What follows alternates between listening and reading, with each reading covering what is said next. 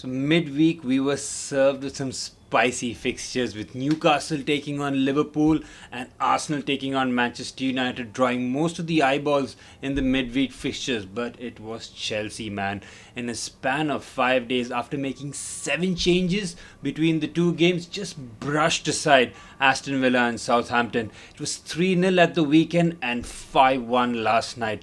Look, there's no way around it. Chelsea are a serious team this season.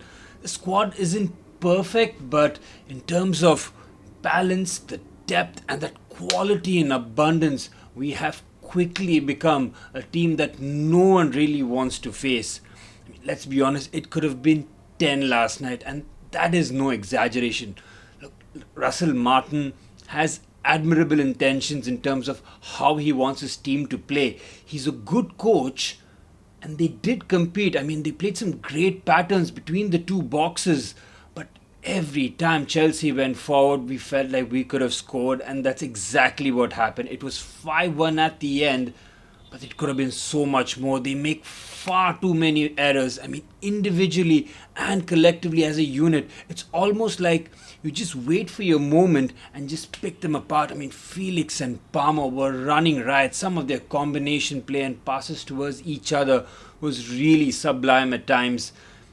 Look, Saints, they score less than a goal a game but concede well over two. It's brave, I mean, but it's not sustainable, is it? They will go down if this continues. But as for Chelsea, to find ourselves in second after 14 games, it's like Maresca said, it's ahead of schedule.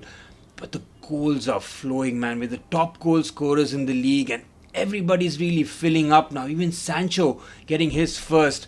But it's the defense, though, that and how we're really set up that has been such a marked improvement from last season. We give very little away in terms of clear-cut chances, but it is good to see both Sanchez and Jorgensen yesterday making big saves in both those games when they're really called upon. Spurs away, though, next is a tricky game. When we saw what happened there last season, they play carefree, front foot football. They destroyed Manchester City at the Etihad very recently, so we can't forget what they're capable of doing. But if we go there and get a result, there is a run of, I would say, very favourable games coming up in the end of the year for Chelsea to just stay in around the mix as that hectic schedule continues, as teams around will drop points and Chelsea have to capitalise. And speaking of drop points, what a game it was at St James's Park between Newcastle and Liverpool. Real blood and thunder as expected, and we've seen that in the past in this fixture before. I thought Newcastle were excellent in that first half. They were all over Liverpool. It was 1-0 at the break, but it could have been so much more. But let's talk about that goal, man. What a goal by Isak. He thumped that. He gave it everything he had. He meant it, and it was an unreal goal. You could see the roof just fly off the St. James's Park. What a way to just start off that game, just give that lift to the crowd and the players. But it could and should have been 2 or 3. And with Liverpool, if you don't take your chances, they will punish you, especially in the form that Mo Salah has been.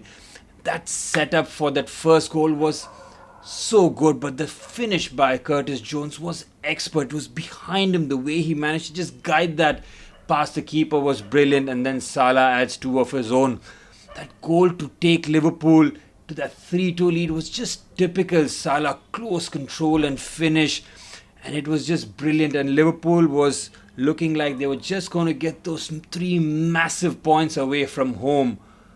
But Kelleher, man, what are you doing there? As a Liverpool fan watching that era, you can only put your hands in your head and just watch in horror as he just left that high ball. It was right there to be taken, and Fabian Schär, I mean, fair play to him. He slid in from a very tight angle. That is a brilliant finish to really rip away 2 points from the leaguers, and it was brilliant there for Chelsea considering they made 2 points off Liverpool in this midweek fixture.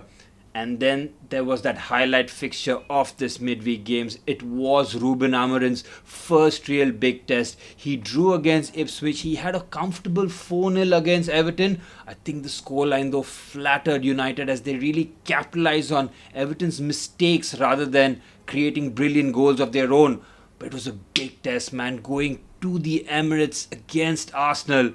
And let's be honest, they didn't lay a glove on Arsenal. To be fair, United were hard to break down, and you could see some of those ideas of that 5-2-3 translating in a defensive sense, but there was no real threat or quality up front. They don't keep the ball in the opposition third for long enough spells, and they almost play in just moments, and they were really sitting ducks for Arsenal's corners. Arsenal had 12 or 13 of them, and they scored 2, and they could have very easily scored 4 or 5 from them. How Thomas Partey and Mikel Merino missed their headers, I will never know. They were sitters, absolute sitters, and they could have made the scoreline a whole lot worse. On the face of it, 2-0 away from home, both coming from corners, won't really cause too much panic for United, but their lack of goals has to be remedied, which is why they find themselves in 10th position.